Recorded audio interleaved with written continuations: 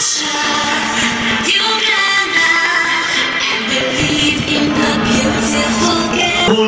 22 hali tunse walunyo Isha 24 Umar